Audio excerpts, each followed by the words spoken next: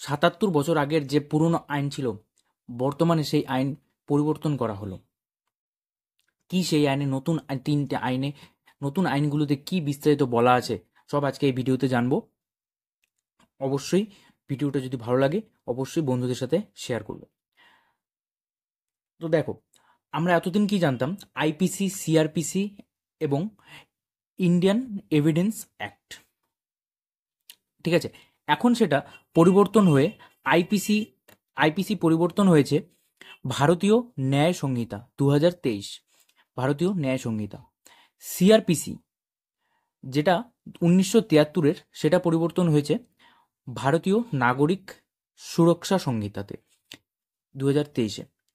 এবং Indian evidence act 1872 ভারতীয়, সেটা পরিবর্তন হয়েছে ভারতীয় সাক্ষ্য বিল 2023। তো এই মেজর তিনটি নাম আমরা আমরা আগে সেটা ইংরেজদের দেওয়া নাম ছিল, এখন সেটা পরিবর্তন করে আমাদের ভারতীয় সংস্কৃতির একটা নাম দেওয়া হলো। এখন এই আইনটিতে কি কি পরিবর্তন করা হয়েছে সেটা আমরা বিস্তারিত জানব। এটা 2023-এই পাশ করা হয়েছিল, 2023-এর ডিসেম্বর মাসে পাশ করা হয়েছিল। প্রথমে জানো তোমরা, সেটা লোকসভা, রাজ্যসভাতে পাশ করতে হবে, তারপরে রাষ্ট্রপতি সই করবে, সই করার পর এটা লাগু করা হবে। তো 3টি স্টেপ পার করে এসে এটা এখন লাগু করা হলো। ডিসেম্বর মাসে এটা করা হয়েছে এবং বর্তমানে লাগু করা হয়েছে 1 জুলাই। তো এই যে আইনে কি বলা আছে সেটা এখন বিস্তারিত জানব। প্রথমে যেটা খুব ইম্পর্টেন্ট সেটা হলো, যেটা আগে ধারা ছিল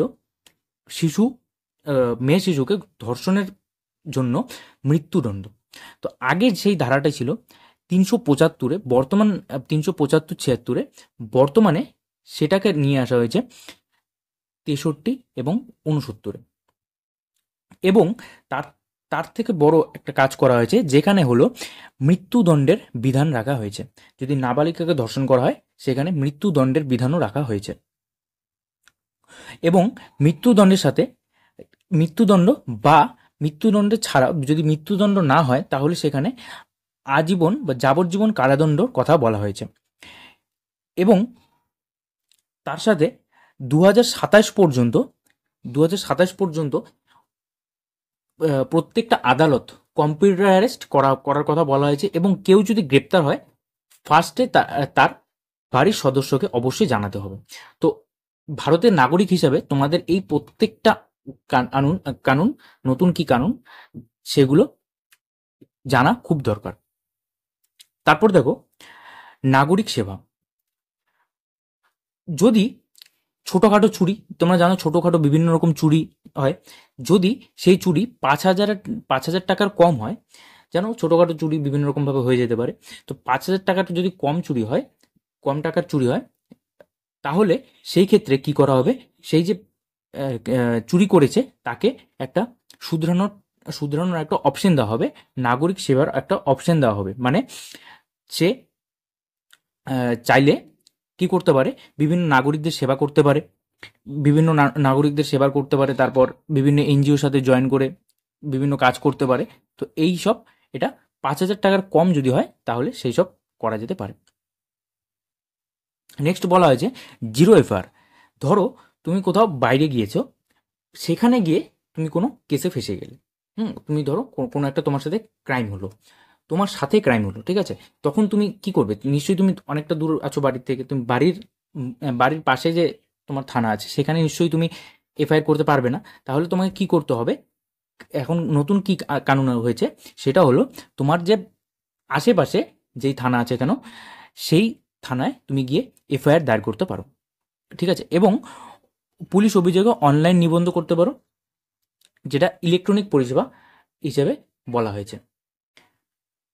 নেক্সট, তদন্ত জোরদার করার জন্য জঘন্য অপরাধ ও দৃশ্যের বাধ্যতামূলক ভিডিওগ্রাফি।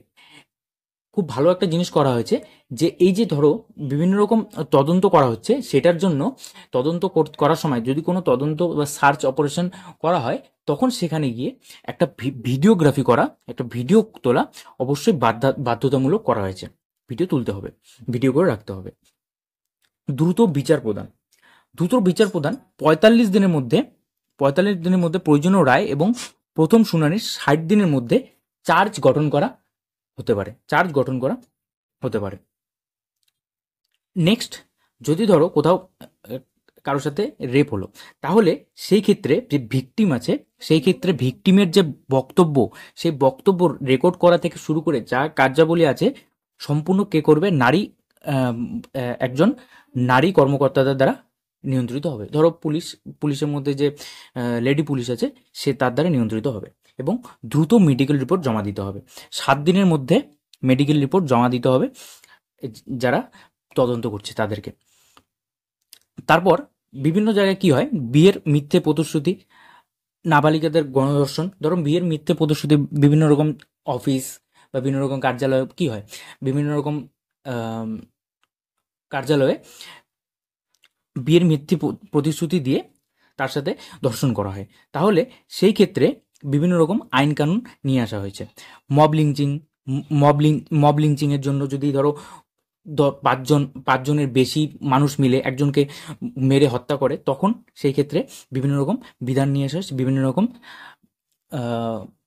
জরিমানা বা বিভিন্ন রকম কারাদণ্ড কত বছরে সেটা নিয়ে আসা হয়েছে। ঠিক আছে, আগে কিন্তু এগুলো ছিল না। নেক্সট, অর্থনৈতিক নিরাপত্তা অন্তর্ভুক্ত করার জন্য সম্প্রদায়িত সুযোগ সহ প্রথমবারের মতন সন্ত্রাসবাদের সংজ্ঞা। মানে যদি ধরো তুমি বা কেউ ভারতের বিরুদ্ধে এমন কিছু কাজ করে যেটা ভারতের জন্য খারাপ হবে, বা যেটা ভারতের পার্সপেক্টিভে খারাপ হবে, সেটা সন্ত্রাসবাদের মধ্যে পড়বে। সেটা কিন্তু একটা টেররিস্ট অ্যাক্ট বলে গণ্য করা হবে। ভারতীয় ন্যায় সংহিতাতে আইপিসি 511 থেকে 358 ধারা সংখ্যা হ্রাস করা হয়েছে এবং ভাষার সরলীকরণ। তোমরা জানো যে আইপিসির ভাষা কতটা টাফ, তো সেটা সরলীকরণ করার জন্য বিভিন্ন রকম সংশোধন করা হয়েছে, বিভিন্ন রকম কথা বলা হয়েছে। নেক্সট, অর্গানাইজড ক্রাইমে কি বলা আছে, যদি ধরো বিভিন্ন রকম লোকজন মিলে, ধরো অনেকগুলো লোক মিলে তারা বিভিন্ন রকম প্ল্যান করে মাদক পাচার, অস্ত্র, অবৈধ পণ্য পরিষেবা করে, বা সাইবার অপরাধ করে, বিভিন্ন জমি দখল, চুক্তি হত্যা করে, তাহলে সেই সব ক্ষেত্রে তাদের জন্য একটা বিভিন্ন রকম আইন নিয়ে আসা হয়েছে, বিভিন্ন রকম জরিমানা বা বিভিন্ন রকম দণ্ডবিধি নিয়ে আসা হয়েছে। নেক্সট, পদ্ধতির জন্য সময়সীমা, মানে বিভিন্ন রকম টাইমলাইন দেওয়া হয়েছে। যেমন সব থেকে বড় যেটা 7 দিনের মধ্যে যে মেডিকেল রিপোর্ট, সেটা কিন্তু জমা দিতে হবে।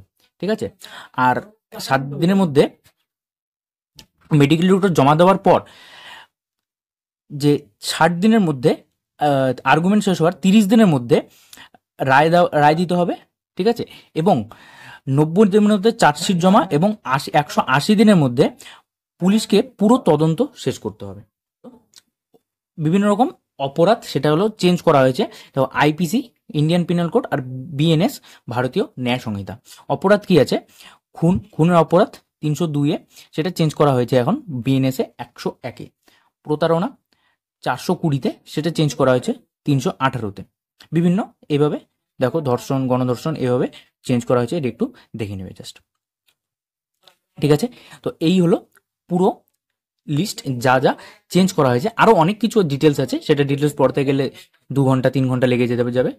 তো তার জন্য যেগুলো ইম্পর্টেন্ট আছে সেগুলো তোমাদের এখানে ডিসকাস করে দিলাম। ঠিক আছে, তো এই ভিডিওগুলো যদি তোমাদের যদি ভালো লাগে, অবশ্যই চ্যানেলটা সাবস্ক্রাইব করে রাখবে, এবং অবশ্যই ভালো লাগলে তোমাদের কমেন্টে তোমাদের কথা জানাবে, এবং অবশ্যই ভিডিওটা লাইক করে দেবে। ঠিক আছে, তো আজকে এইটুকুই। নেক্সট একটা ভিডিওতে দেখা হবে।